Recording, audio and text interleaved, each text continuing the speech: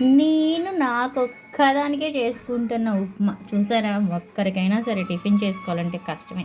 చూసారా, కొంచెం రవ్వ, ఒక్క ఉల్లిపాయ, ఒక్క పచ్చిమిరపకాయ, కొంచెం కరివేపాకు, కాస్త క్యారెట్ పాడైపోతుంది, అందుకే ఒక్క టమాటా వేసి చేస్తున్నా. చూడండి, పొయ్యి మీద గిన్నె పెట్టేశాను, కొంచెం ఆయిల్ వేసేస్తా. ఎప్పుడైనా బొంబాయి రవ్వ ఉప్మాలో కొంచెం ఆయిల్, కొంచెం నెయ్యి వేసుకుంటే టేస్ట్ సూపర్.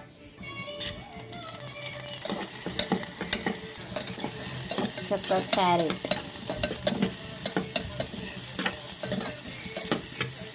ఒక్క టమాటా చూసారా, ఇలా వేసి కొంచెం మనం ఏం చేద్దామో తెలుసా, ఉప్పు వేద్దాం. ఉప్పు వేస్తే తొందరగా మగ్గుతాయి కదా, అందుకని కొంచెం పసుపు వేద్దాం.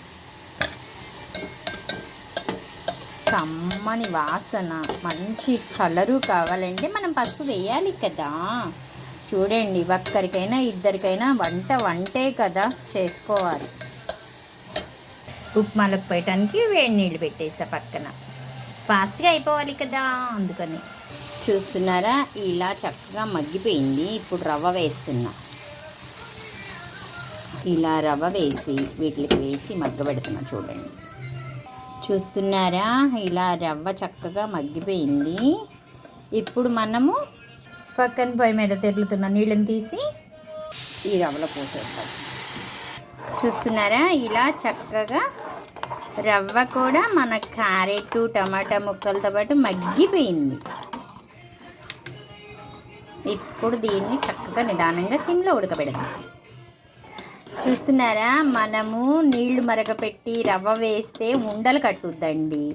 అలా ఉండలు లేకుండా చక్కగా అంతా వేగినాక వేడి నీళ్ళు పక్కన పెట్టుకొని ఇలా రవ్వ ఒక్క 2 నిమిషాలు వేయించుకొని చక్కగా ఇలా చేసుకుంటే ఇదిగోండి, ఇది ఉండలు కూడా కట్టట్లా. చూసారా, ఉండలు కట్టకుండా నీట్గా వస్తుంది ఉప్మా. ఉప్మానే కదా మేము స్పెషల్ ఉందండి. మనము చక్కగా ముక్కల్లో రవ్వని వేయించాం కదా, అప్పుడు ఇదిగోండి ఇలా వస్తుంది. ఇలా మంచిగా ఉంటే బాగుంటుంది కదా, ఉండలు కట్టి లేకుండా చక్కగా. ఇలా చూడండి ఎంత బాగుందో. ఇలా ఒకసారి ఎప్పుడైనా ట్రై చేయండి. కాస్త నూనె కాస్త నెయ్యి వేస్తే ఎంత కమ్మటి వాసన వస్తుందో. ఉప్మా ఇష్టం లేని వాళ్ళు కూడా తినొచ్చు ఉప్మాని. ఇదిగోండి ఇలా చేస్తున్నా. దీంట్లో కొంచెం కొత్తిమీర ఉంటే బాగుంటుంది, కాకపోతే నా దగ్గర కమ్మని గుమ్మలాడే ఉప్మా రెడీ అయిపోయింది. సర్వ్ చేసేసుకుందాము. పొయ్యి ఆఫ్ చేసేస్తున్నాను. ఇలా ఉన్నప్పుడు ఆఫ్ చేసుకుంటే చక్కగా బాగుంటుంది. ఇంకా గట్టిగా అయితే బాగోదు. ఆఫ్ చేస్తున్నాను. పొయ్యి ఆఫ్ చేసి ఎప్పుడైనా సరే వండంగానే ఒక 2 నిమిషాలు మూత పెట్టి ఉంచాలి. చూసారా, కమ్మగా వెరైటీగా ఉంది కదా ఉప్మా. అప్పుడప్పుడు ఇలా తినాలండి. ఎప్పుడు నూనె పోసుకొని అన్నీ వేసుకొని అలా కాకుండా ఇలా కూడా ట్రై చేయండి. దీనిలో నెయ్యి ఉంది కదా ఆల్రెడీ. మనం మాడుపు కారం కానీ మామూలు కారం కానీ వేసుకున్న చాలా బాగుంటుంది.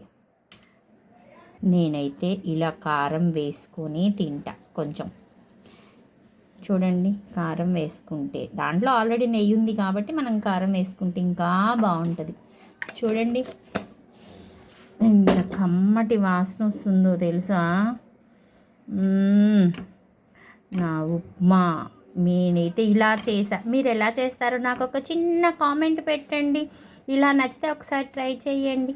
Okay friends, bye.